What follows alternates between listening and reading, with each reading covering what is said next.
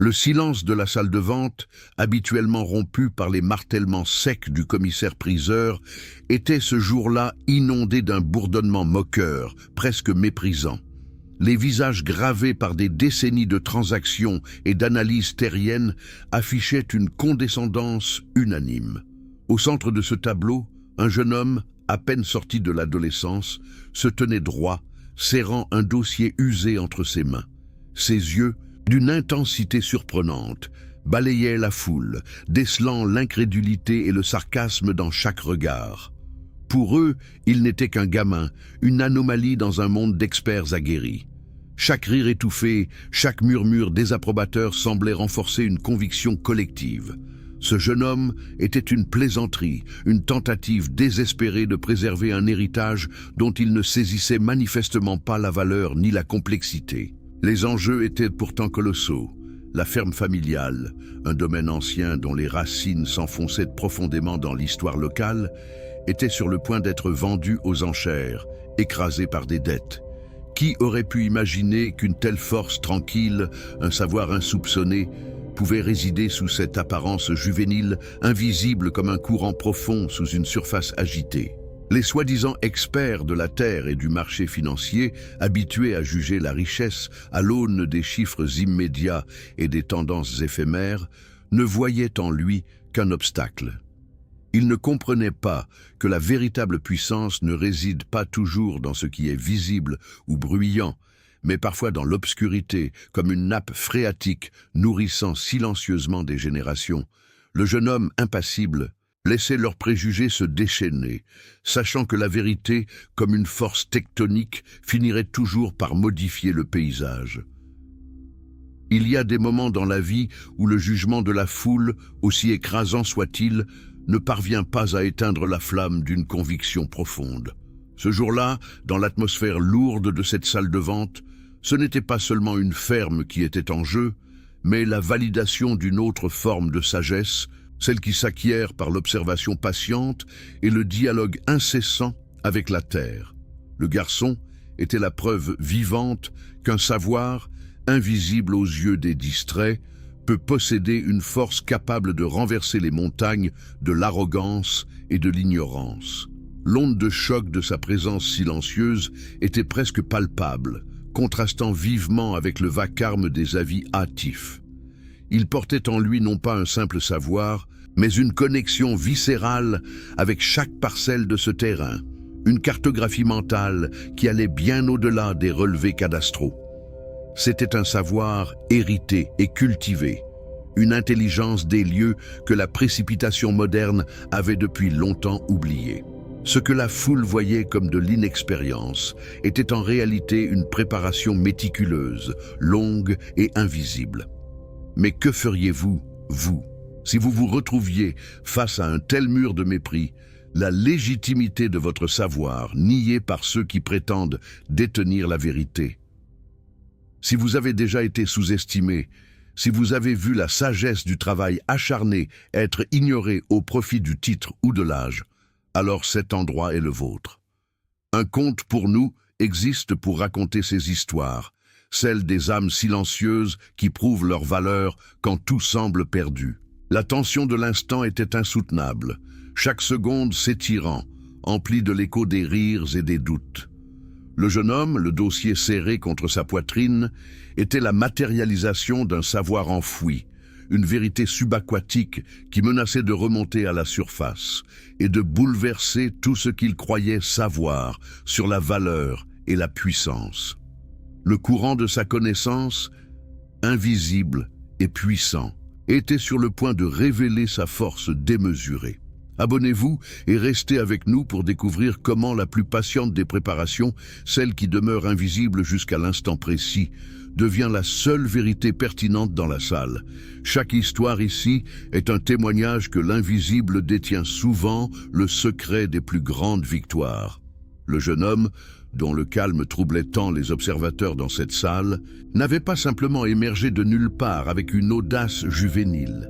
Sa préparation était d'une nature bien plus ancienne et profonde, comparable à ces systèmes racinaires complexes et ramifiés d'arbres séculaires, invisibles en surface, mais ancrés si fermement dans les profondeurs de la terre qu'aucune tempête ne pouvait les ébranler. Ce que la foule percevait comme de l'inexpérience n'était en réalité que l'aboutissement d'une vie entière dédiée à l'écoute patiente des murmures du sol, à l'étude des cycles lunaires et des caprices des saisons, une connaissance acquise non pas dans les amphithéâtres ou les manuels aseptisés, mais par le contact direct et ininterrompu avec le vivant.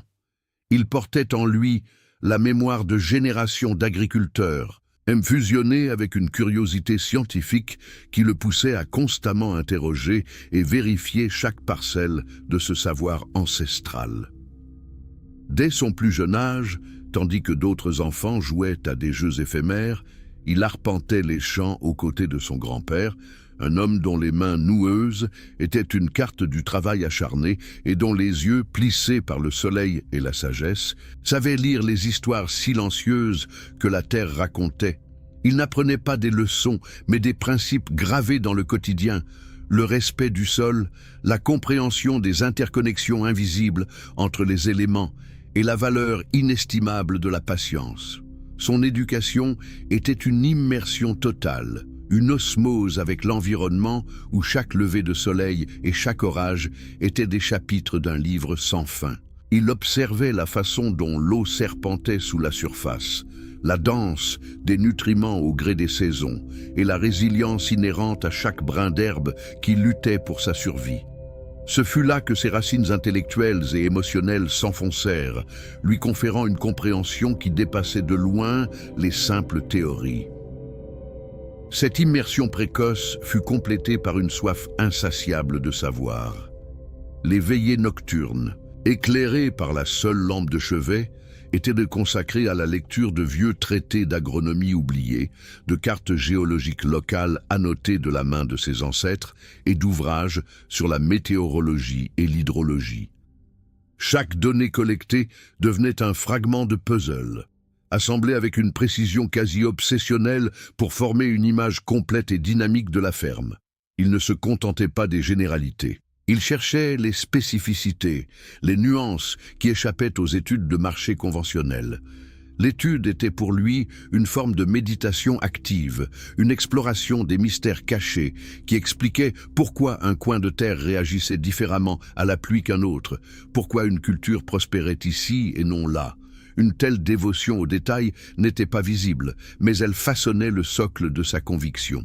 Alors que les experts autoproclamés et les conseillers agricoles défilaient avec leurs rapports standardisés, leurs graphiques scintillants et leurs solutions clés en main importées d'autres contextes, le jeune homme écoutait avec une politesse distante.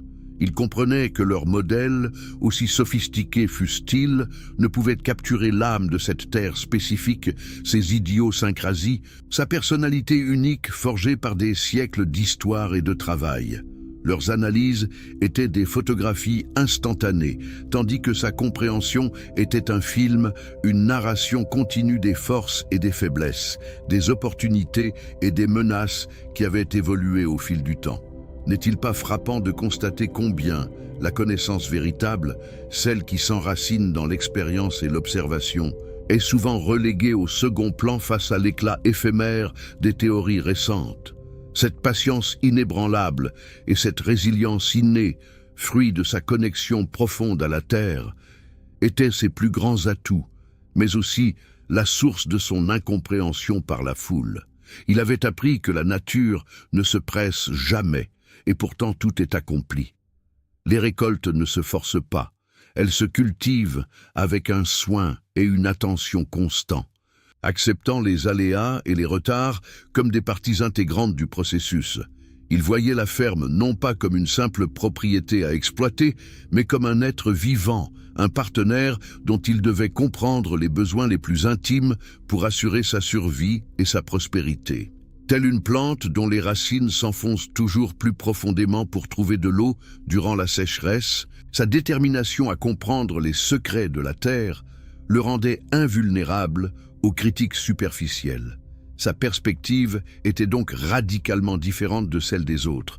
Pour lui, la valeur de la ferme ne se mesurait pas uniquement à son potentiel de rendement annuel ou à son prix sur le marché immobilier, mais à son histoire, à la richesse invisible de son sous-sol, à la biodiversité qu'elle abritait et à sa capacité à nourrir non seulement des corps, mais aussi des âmes.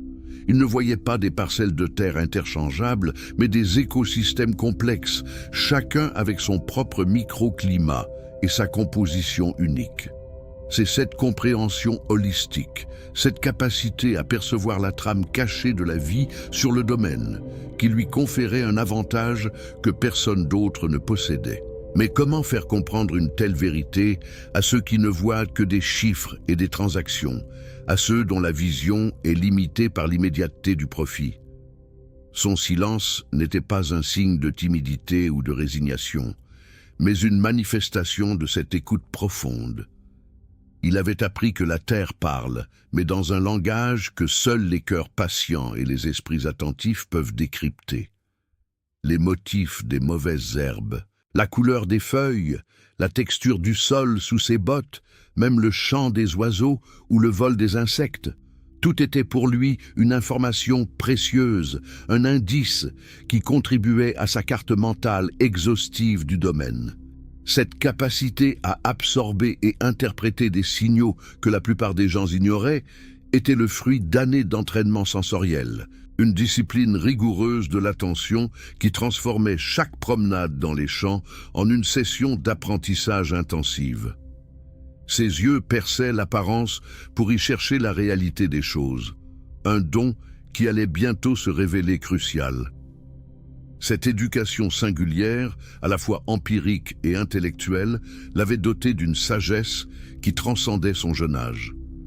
Il ne connaissait pas seulement la ferme, il comprenait ses battements de cœur, ses rythmes profonds et ses caprices. C'était cette intimité, forgée par des décennies de présence et de dévouement familial, qui allait être son arme secrète face à l'arrogance et l'ignorance. Chaque ride de son grand-père, chaque histoire transmise au coin du feu, chaque heure passée les mains dans la terre avait construit une fondation inébranlable. Et c'est précisément cette fondation, cette accumulation silencieuse de savoir, qui allait bientôt défier les certitudes d'une pièce entière. Si cette histoire, celle d'une foi inébranlable dans un savoir souvent déprécié, vous parle déjà, si vous reconnaissez dans la persévérance silencieuse du jeune homme une résonance avec vos propres expériences de sous-estimation, alors vous savez pourquoi vous êtes ici. Chaque âme qui se sent incomprise, chaque esprit qui défend une vision à long terme face à l'urgence éphémère du monde, trouvera un écho dans les récits que nous partageons. Restez avec un conte pour nous. Il y a bien plus à découvrir sur la façon dont les racines profondes du savoir peuvent transformer l'adversité en victoire. Au-delà de la sagesse générale, son grand-père lui avait révélé des secrets spécifiques, comme l'emplacement exact des nappes phréatiques souterraines qui serpentaient sous la ferme, des veines d'eau vitale dont la plupart des acheteurs potentiels ignoraient l'existence ou l'importance stratégique. Il avait une connaissance intime de la composition minérale de chaque champ, des microclimats qui favorisaient certaines cultures et en rendaient d'autres impossibles. Ces cartes mentales, plus détaillées que n'importe quel document officiel, étaient le fruit de milliers d'heures d'observation, de mesures discrètes et d'une intuition affûtée par la pratique. Ce savoir précis, une boussole invisible, lui permettait de naviguer dans les complexités du terrain avec une assurance que l'on attendrait d'un géologue expérimenté et non d'un jeune homme. Sa compréhension s'étendait également à l'arithmétique du temps long. Il avait saisi que la vraie richesse agricole ne se construisait pas sur des récoltes exceptionnelles et isolées, mais sur une amélioration continue et patiente de la santé du sol, un investissement générationnel dans la fertilité de la terre. Tandis que d'autres optimisaient pour le rendement de l'année en cours, il pensait en décennies, cultivant non seulement des produits, mais aussi un capital naturel qui s'appréciait silencieusement. Cette vision à long terme, perçue comme de la naïveté par les spéculateurs, était en réalité une stratégie d'une sophistication redoutable, un pari sur la durabilité et l'héritage qui échappait à la logique du marché immédiat.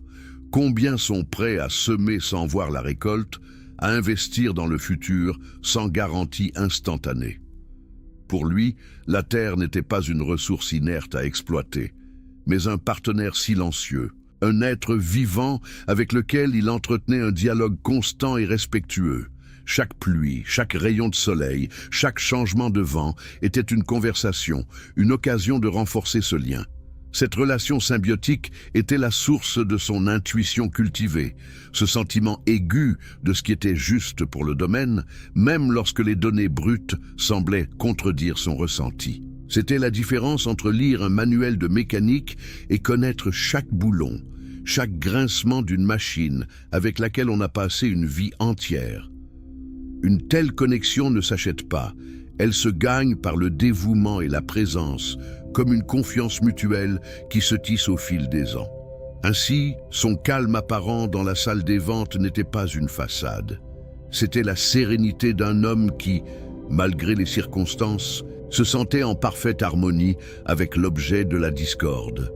Chaque moquerie, chaque regard dubitatif ne faisait que renforcer sa conviction que ces experts ne comprenaient rien à la véritable valeur. Il avait déjà gagné une partie de la bataille, celle qui se joue dans les profondeurs de la connaissance et de la préparation. Le défi n'était pas de les convaincre par des mots, mais de les forcer à reconnaître une vérité qu'ils avaient eux-mêmes choisi d'ignorer. Que feriez-vous si votre plus grande force était précisément ce que les autres dédaignaient comme une faiblesse ? Cette accumulation de savoir, cette patience d'horloger et cette connexion viscérale à chaque grain de terre, tout cela convergeait vers un moment précis. Le dossier usé qu'il tenait fermement n'était pas qu'une liasse de papier. C'était la matérialisation de cette préparation méticuleuse, un condensé de vérité que personne n'avait daigné chercher. Il contenait les clés pour débloquer le potentiel latent de la ferme, des détails si anodins en apparence qu'ils en étaient devenus invisibles aux yeux des profanes. Le murmure des racines profondes de son savoir était sur le point de s'élever, un son qui allait bientôt résonner avec une puissance inattendue dans le silence de la salle. Alors que le commissaire-priseur s'apprêtait à lever son marteau, une tension palpable électrisait l'air. Les jeux, pensait-il, étaient faits, mais ils ignoraient qu'un autre jeu, bien plus ancien et aux règles bien plus complexes, avait été joué en silence pendant des années. Le jeune homme allait-il trouver la force de faire entendre la voix de la terre, cette vérité enfouie sous des couches de préjugés et d'ignorance? La confrontation entre le savoir instantané et l'intelligence cultivée était sur le point d'atteindre son paroxysme, et le monde était à la veille de découvrir que les racines, même invisibles, ont le pouvoir de soulever des montagnes. Le cœur du conflit se matérialisait sous la forme de la ferme familiale elle-même, un domaine tentaculaire, jadis florissant, désormais écrasé sous le poids de dettes accumulées et d'une réputation de terres infertiles. Ces champs, autrefois nourriciers, présentait aux yeux des acheteurs potentiels et des experts agricoles une image de désolation, parsemée de parcelles stériles et de cultures rabougries. C'était un témoignage muet d'une gestion jugée obsolète et d'un investissement jugé irrécupérable. Chaque visiteur, qu'il soit conseiller financier ou agriculteur voisin, observait les mêmes signes de décrépitude, des bâtiments délabrés, des équipements rouillés, et un sol que l'on disait épuisé, incapable de soutenir des rendements modernes. La terre, pour la plupart, n'était qu'une équation économique défavorable, un passif lourd dont il fallait se débarrasser. Comment transformer un tel fardeau en opportunité? C'était le défi, le labyrinthe sans sortie apparente pour la raison cartésienne. Les experts de la Chambre d'agriculture et les analystes financiers avaient tous jeté l'éponge, leur rapport concluant à une irréversibilité économique. Selon leurs projections, Seul un investissement colossal, démesuré par rapport au potentiel perçu de la ferme, y pourrait la remettre à flot, une somme que personne n'était prêt à risquer. Il voyait des chiffres, des déficits, des courbes descendantes, jamais le potentiel caché sous la surface. Le consensus était écrasant et unanime. La ferme était un cas désespéré, une relique du passé dont le modèle économique s'était éteint avec les générations précédentes. Les méthodes traditionnelles du grand-père du jeune homme étaient considérées comme de la poésie, non de l'agronomie viable. Le marché avait parlé et son verdict était sans appel. Il n'y avait plus de place pour la nostalgie dans la course effrénée au rendement. Ce n'était pas seulement la terre qui était jugée stérile, mais aussi l'approche entière de la culture qui y avait été pratiquée. L'agriculture conventionnelle, axée sur la productivité intensive et les intrants chimiques, avait éclipsé la patience des cycles naturels et la sagesse des rotations. La ferme, dans cette nouvelle ère, était vue comme une anomalie, une erreur à corriger par la vente rapide et la modernisation radicale. Pour les banques et les créanciers, la ferme n'était plus qu'une ligne rouge dans leur registre, une hypothèque à liquider pour minimiser les pertes. Ils ne voyaient pas l'écosystème complexe, l'histoire enfouie, ni même les ressources latentes. Ils ne percevaient qu'une entité financièrement moribonde, un cadavre économique qu'il fallait disséquer et disperser avant qu'il n'infecte d'autres portefeuilles. Alors que les acheteurs potentiels parcouraient les allées du domaine, leur pas résonnait avec une indifférence presque clinique. Ils ne cherchaient que des opportunités de spéculation rapide, des parcelles à vendre pour la construction ou à convertir en cultures industrielles standardisées, sans égard pour l'âme du lieu. La ferme était un problème, et la solution qu'ils envisageaient était une amputation. Mais l'absence de solution évidente est-elle toujours une preuve de l'inexistence de solution, ou simplement une confirmation de la myopie collective ? Existe-t-il vraiment un labyrinthe sans sortie, ou n'avons-nous simplement pas encore trouvé le fil d'Ariane, le plan détaillé que seuls quelques-uns, armés d'un savoir différent, sont capables de déchiffrer? Une question dont la réponse allait bouleverser les certitudes. Si cette histoire, celle de la confrontation entre la sagesse conventionnelle et un savoir plus profond, résonne déjà en vous, si vous avez connu ce sentiment d'être le seul à voir une vérité que les autres refusent, alors vous savez pourquoi vous êtes ici. Chaque âme sous-estimée, chaque vision non comprise, trouve ici un écho puissant. Restez avec un conte pour nous, pour découvrir la suite. Malgré l'unanimité des voix qui prononçaient sa condamnation, la ferme abritait des secrets, des veines de vie invisibles à l'œil non averti, qui attendaient d'être redécouvertes. La profondeur du problème n'était pas la fin de l'histoire, mais plutôt le début d'une autre, bien plus complexe et inattendue, que le jeune homme était seul à avoir envisagé. Pendant que le brouillard épais de la sagesse conventionnelle obscurcissait la vision de la salle, le jeune homme demeurait immobile, sa quiétude n'étant pas celle de la résignation, mais d'une certitude profonde. Ce que les autres prenaient pour de l'inexpérience était, en réalité, l'expression d'un savoir ancré, aussi inébranlable que les fondations invisibles de la terre qu'ils cherchaient à protéger. La perception collective, aveuglée par les apparences, échouait à pénétrer la surface des choses. La nébulosité de cette vision superficielle enveloppait chaque expert, chaque investisseur, chacun prisonnier des chiffres immédiats et des bilans simplistes. Pour eux, la valeur d'une terre se résumait à un rendement annuel, à une transaction rapide, ignorant le lent murmure des cycles naturels et l'accumulation silencieuse de potentiel. Le temps long, allié fidèle du jeune homme, était un concept étranger à leur arithmétique.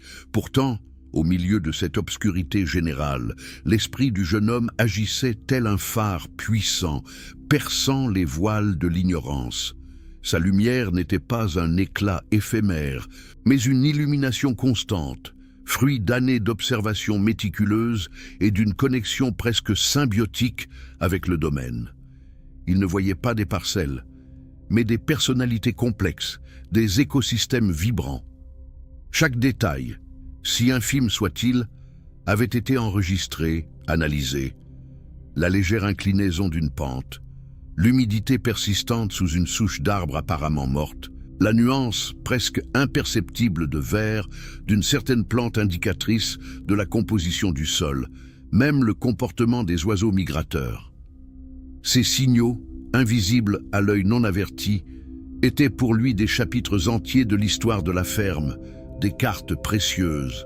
Ces observations n'étaient pas des intuitions fortuites, mais le point culminant d'une discipline rigoureuse, d'une patience que peu possédaient. Chaque aube et chaque crépuscule passé sur le terrain avait tissé une tapisserie de connaissances tacites, bien plus dense que n'importe quel rapport d'expertise. C'était un savoir qui ne criait pas, mais qui imprégnait chaque fibre de son être, prêt à être déployé au moment juste. La tension montait, épaisse comme la brume matinale sur les champs. Tous attendaient le claquement du marteau, l'épilogue inévitable. Le jeune homme, bien que calme en apparence, était un volcan sous-marin, sa conviction chauffée par des années de dévouement. Son regard balayait une dernière fois la salle avant de se fixer sur le commissaire-priseur, un silence prégnant pesant sur l'assemblée. Le brouillard du scepticisme était si dense qu'il semblait étouffer tout potentiel, toute lueur d'espoir. Les murmures de commisération, les soupirs d'ennui, tout contribuait à peindre un tableau de fatalité économique. C'était l'heure où les hommes d'affaires attendaient de capitaliser sur la détresse sans même imaginer la profondeur de l'iceberg qu'ils s'apprêtaient à contourner, persuadés d'en connaître les dimensions. Puis, alors que le commissaire-priseur s'apprêtait à asséner le coup final, une voix jeune, mais empreinte d'une gravité inattendue, perça le silence. « Messieurs, avant de conclure cette vente, dit-il, son timbre résonnant d'une autorité nouvelle, j'aimerais savoir si l'expertise inclut la cartographie hydrologique souterraine détaillée du secteur nord-ouest, plus particulièrement la veine aquifère non répertoriée qui alimente notre puits historique. » Un silence stupéfait succéda à sa question, rapidement remplacé par des ricanements et des regards interrogateurs. Les experts se consultèrent, manifestement pris au dépourvu par cette référence obscure. Le commissaire-priseur, habitué aux transactions directes, fronça les sourcils. « La ferme est vendue telle qu'elle, jeune homme. Les relevés officiels suffisent, » répondit-il avec un agacement teinté de condescendance. Le brouillard de leur ignorance persistait. Mais cette question, anodine pour les non-initiés, n'était pas un détail. C'était une clé.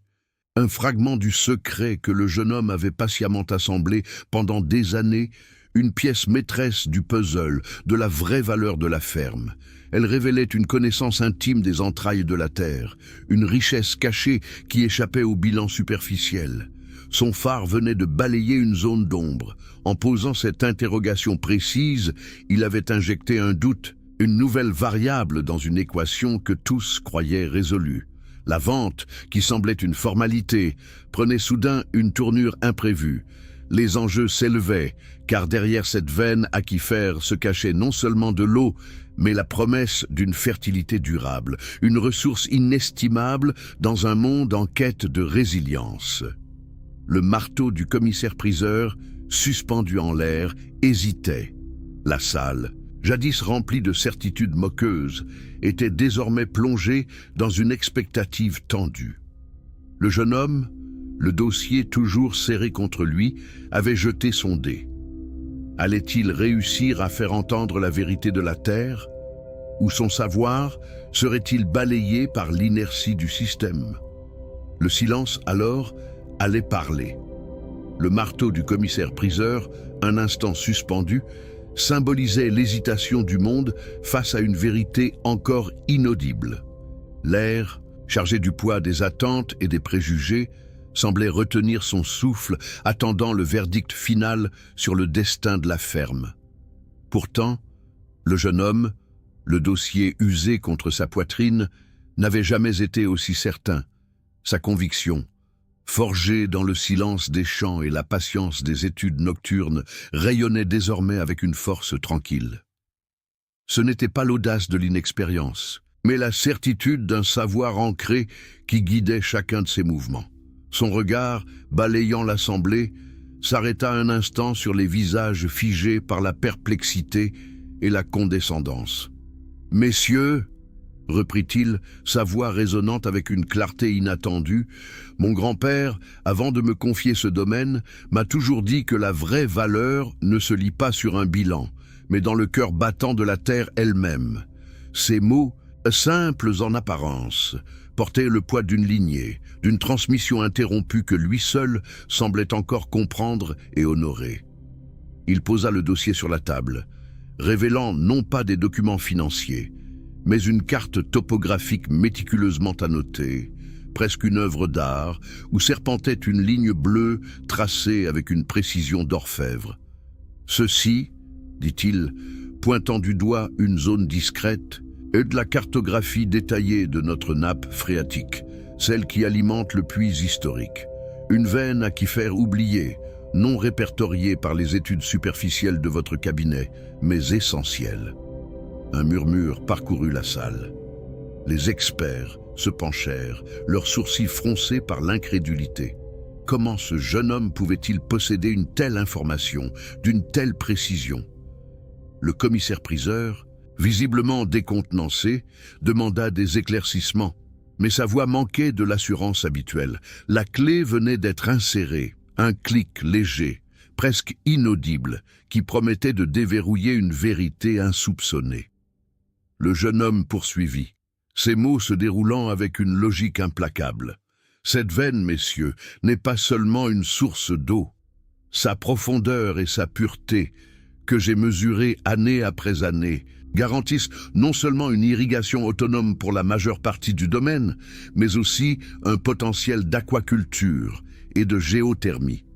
Des ressources que vos rapports, centrés sur la surface, ont complètement ignorées. » Le silence s'épaissit, mais ce n'était plus le silence moqueur du début, c'était un silence de stupeur, de remise en question. Le bruit des doutes et des ricanements s'était estompé, remplacé par l'écho des faits, froid et irréfutable. Chaque mot du jeune homme était comme une rotation de la clé dans la serrure, révélant la complexité insoupçonnée du mécanisme, la richesse cachée de ce qui avait été si hâtivement jugé sans valeur. Les visages des investisseurs, autrefois empreints d'une assurance inébranlable, se transformaient. L'arrogance faisait place à une curiosité forcée, puis à une reconnaissance tacite de leur propre myopie. Les chiffres, qui régnaient en maîtres dans leurs esprits, commençaient à danser sous le poids d'une nouvelle variable, invisible à leur tableau, mais d'une valeur inestimable, défiant toutes leurs prévisions standardisées. La carte dépliée sur la table devenait un manifeste silencieux, la preuve tangible d'années d'observation et de dévouement. Elle racontait une histoire que les bilans ne pouvaient capturer, une richesse qui ne se mesurait pas en rendement annuel, mais en potentiel latent et en résilience intrinsèque. Le jeune homme n'avait pas seulement présenté une information, il avait dévoilé une autre vision du monde, une autre arithmétique de la valeur. Un des experts financiers, visiblement perturbé, toussa nerveusement. Il se pencha vers son collègue, un murmure incrédule s'échappant de ses lèvres. La vérité, une fois déverrouillée, avait le pouvoir de déstabiliser les fondations même de la certitude. Le jeune homme, impassible, les laissait absorber l'impact de cette révélation, car il savait que les mots les plus puissants sont souvent ceux que l'on n'a pas besoin de prononcer. Le commissaire-priseur, le front perlé de sueur, abaissa finalement son marteau, non pas pour le coup fatal attendu, mais avec une lenteur calculée, presque une révérence. « Je suspends la vente », déclara-t-il, sa voix empreinte d'une gravité nouvelle. Les données présentées par ce jeune homme nécessitent une vérification immédiate et approfondie. Le marteau, loin de mettre fin, venait d'ouvrir une nouvelle voie.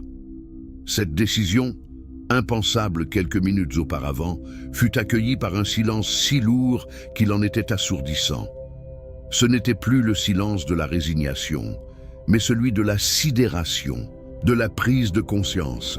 La clé du jeune homme avait cliqué avec une résonance inattendue, déverrouillant non seulement le potentiel de la ferme, mais aussi l'esprit des auditeurs, forçant chacun à reconsidérer la nature de la vraie richesse. Le jeune homme ramassa sa carte, un léger sourire aux lèvres. Il n'avait pas crié, n'avait pas imploré. Il avait simplement, par la force de son savoir et la patience de sa préparation, fait taire la cacophonie des préjugés. Le rugissement de la vérité n'avait pas besoin de décibels. Il se manifestait dans le silence stupéfait de ceux qui avaient cru tout savoir, démontrant que la valeur est souvent invisible à l'œil non exercé. Alors, que dire de ce savoir tacite qui, comme une clé discrète, déverrouille les mécanismes les plus complexes de la réalité, faisant voler en éclats le vacarme des doutes. Il n'était pas un simple gamin, mais le gardien d'une intelligence ancienne, capable de percer les voiles de l'ignorance. Le silence qui suivit était la plus éloquente des reconnaissances, la vindication d'une vie dédiée à l'écoute des murmures de la terre. Le triomphe était silencieux, sans fanfare ni effusion. La supériorité de son savoir, accumulée loin des projecteurs, s'imposait avec une évidence implacable. La ferme, un instant donné pour perdu, avait retrouvé sa voix à travers lui, un champ inattendu de potentiel et de résilience. Chaque participant, confronté à cette révélation, devait désormais admettre que la sagesse ne s'affiche pas toujours en grand, mais se cache souvent dans les profondeurs. N'est-ce pas fascinant de voir comment une seule information, un seul détail obscur, peut transformer radicalement une situation et révéler la superficialité de jugements hâtifs? La vérité, comme une clé précisément forgée, avait enfin déverrouillé non seulement la propriété, mais aussi l'esprit de l'assemblée, les forçant à admettre qu'ils avaient sous-estimé non pas un jeune homme, mais une connaissance ancestrale. La décision du commissaire-priseur, un acte de nécessité procédurale, résonna bien au-delà de la salle des enchères.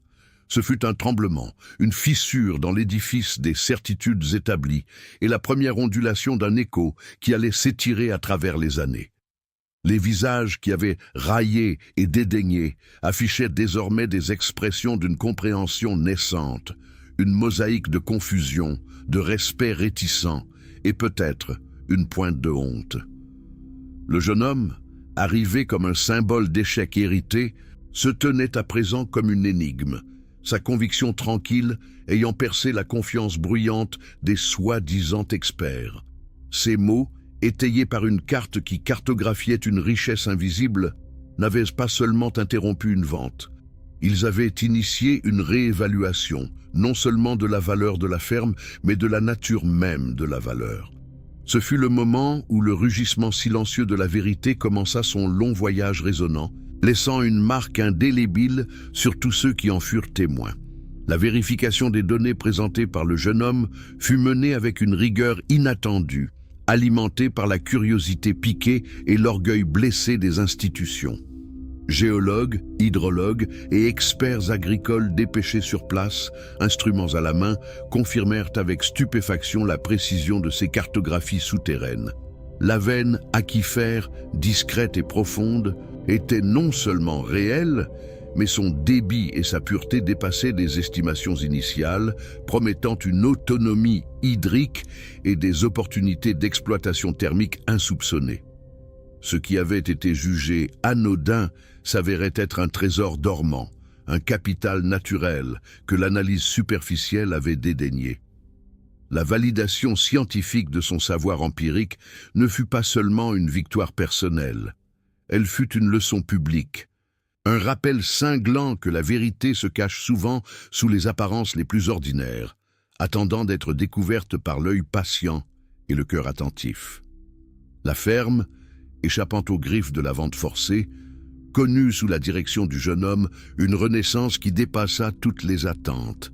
Il ne se contenta pas d'exploiter la richesse nouvellement reconnue, il la cultiva avec une vision holistique, intégrant les découvertes hydrologiques à des pratiques agronomiques novatrices inspirées de la sagesse ancestrale. Les champs jadis considérés comme stériles, irrigués par la nappe phréatique et enrichis par des méthodes respectueuses du sol, retrouvèrent une vitalité surprenante. Des cultures résistantes et diversifiées furent introduites, optimisant chaque parcelle en fonction de ses microclimats et de sa composition minérale, révélant ainsi le potentiel caché de chaque pouce de terre. L'écosystème entier de la ferme, autrefois en déclin, se transforma en un laboratoire vivant de durabilité, prouvant que la richesse véritable réside dans l'harmonie entre l'homme et la nature, une symphonie silencieuse dont il était le chef d'orchestre patient. Les méthodes du jeune homme, initialement la cible des moqueries et du scepticisme, devinrent progressivement un modèle d'étude et d'inspiration. Les agriculteurs voisins, d'abord dubitatifs, vinrent observer puis apprendre et enfin adopter certaines de ces pratiques. Des conférences furent organisées sur le domaine, des universités agricoles y envoyèrent leurs étudiants pour des stages, transformant la ferme non plus en une relique du passé, mais en un phare de l'agriculture de demain. Il partageait son savoir avec une générosité qui reflétait l'abondance de la terre elle-même, prouvant que la vraie connaissance ne diminue pas quand elle est partagée, mais s'accroît, se ramifiant tel un réseau racinaire invisible qui nourrit une communauté entière. L'écho de sa persévérance résonnait désormais bien au-delà des limites de son domaine, transformant une victoire individuelle en un mouvement collectif, un testament vivant de la puissance du savoir humblement acquis. Son succès ne fut pas un coup d'éclat éphémère, mais un écho durable qui réverbéra à travers les décennies. La ferme, désormais florissante et résiliente, devint le socle d'un héritage bien plus vaste que les seuls murs de pierre et les hectares de terre. Il fonda un centre de recherche agronomique dédié à l'étude des pratiques durables et à la transmission du savoir tacite aux nouvelles générations, assurant que les leçons apprises dans le silence des champs ne seraient jamais oubliées. Son nom, jadis prononcé avec dédain, fut désormais associé à la vision, à l'innovation et à la sagesse, un symbole de la façon dont la patience et l'observation peuvent transformer le désespoir en prospérité. Cet écho de sa persistance, comme une onde discrète mais puissante, changea non seulement la perception locale de l'agriculture, mais inspira une reconnaissance plus large des valeurs souvent dépréciées par la modernité. L'histoire du jeune homme est un rappel poignant que la véritable autorité ne réside pas dans le titre ou l'âge, mais dans la profondeur du savoir et l'inébranlable persévérance. C'est une ode à la patience, cette vertu cardinale qui permet de déchiffrer les langages silencieux de la nature et de découvrir les trésors cachés que l'agitation du monde moderne tend à ignorer. Son chemin fut celui de l'humilité et de la diligence, une démonstration vivante que le savoir tacite, accumulé avec soin et respect, est un capital inestimable, capable de déjouer les pronostics les plus pessimistes. Dans un monde obsédé par la rapidité et la superficialité, son triomphe fut un hymne à la contemplation, à la connexion profonde avec le réel, prouvant que les victoires les plus retentissantes sont souvent celles qui germent dans le silence et mûrissent avec le temps. La leçon, gravée dans l'histoire de cette ferme ressuscitée, est claire et intemporelle. La préparation la plus patiente et la plus invisible est toujours la seule qui compte au moment crucial. Ce n'est pas le tumulte des avis, ni l'éclat des démonstrations immédiates, mais la profondeur des fondations posées dans l'ombre qui détermine la solidité de l'édifice. Le silence de la diligence, souvent confondu avec l'inaction ou l'ignorance, est en réalité le creuset où se forge la véritable force, celle qui permet de surmonter les montagnes de préjugés et de transformer l'adversité en triomphe. Ceux qui cherchent les raccourcis ne trouvent que des impasses, tandis que ceux qui s'engagent dans le temps long sont les véritables héritiers des richesses invisibles, les seuls à pouvoir comprendre que l'avenir se cultive avec la patience d'un grand-père. L'écho de sa réussite ne se limita pas aux frontières de son département, mais traversa les régions, inspirant d'autres propriétaires à reconsidérer leurs approches. Il devint un consultant respecté, non pas un théoricien déconnecté, mais un praticien dont les mains avaient foulé la terre et dont les yeux avaient vu la vérité se manifester. Son influence se propagea par capillarité, un mouvement silencieux mais inéluctable, comme l'eau qui s'infiltre et transforme les paysages arides. Il n'imposait pas sa vision, il la démontrait par des résultats tangibles, forçant chacun à se poser la question. Et si la sagesse résidait moins dans ce que l'on crie haut et fort que dans ce que l'on écoute profondément et applique avec discernement? Cet écho, discret mais persistant, continua de résonner, transformant les mentalités bien au-delà de ce qu'une simple transaction aurait pu accomplir. La perception des gens changea de manière permanente. Le mot « gamin », qui avait été un terme de dérision, se mua en un surnom affectueux et porteur de respect et de reconnaissance. L'histoire de la ferme et de son jeune sauveur devint une légende locale, un conte transmis de génération en génération, non pas comme un fait divers, mais comme une parabole sur la valeur de l'invisible. Les visages qui avaient affiché la condescendance devaient désormais composer avec la preuve vivante de leur propre erreur de jugement, une leçon d'humilité que le temps ne put effacer. Ce changement de regard fut peut-être le plus grand héritage du jeune homme. Il avait non seulement sauvé une ferme, mais aussi restauré la foi en un type de savoir, patient et enraciné, que la société moderne avait trop hâtivement relégué aux oubliettes. Il prouva qu'il est toujours possible de redéfinir les paramètres du succès. Ainsi se termina le jugement silencieux et commença l'ère de l'écho de la persistance. Ce n'était pas un cri de victoire tonitruant, mais un murmure continu, un rappel subtil et puissant. La préparation la plus patiente demeure invisible jusqu'à l'instant précis où elle devient la seule vérité pertinente dans la salle. Cette maxime, incarnée par le destin du jeune homme, transcende le simple cadre agricole pour s'appliquer à toute entreprise humaine. Elle nous exhorte à ne jamais sous-estimer la valeur du travail acharné accompli dans l'ombre, des heures passées à apprendre, à observer, à affiner une compétence que personne ne voit.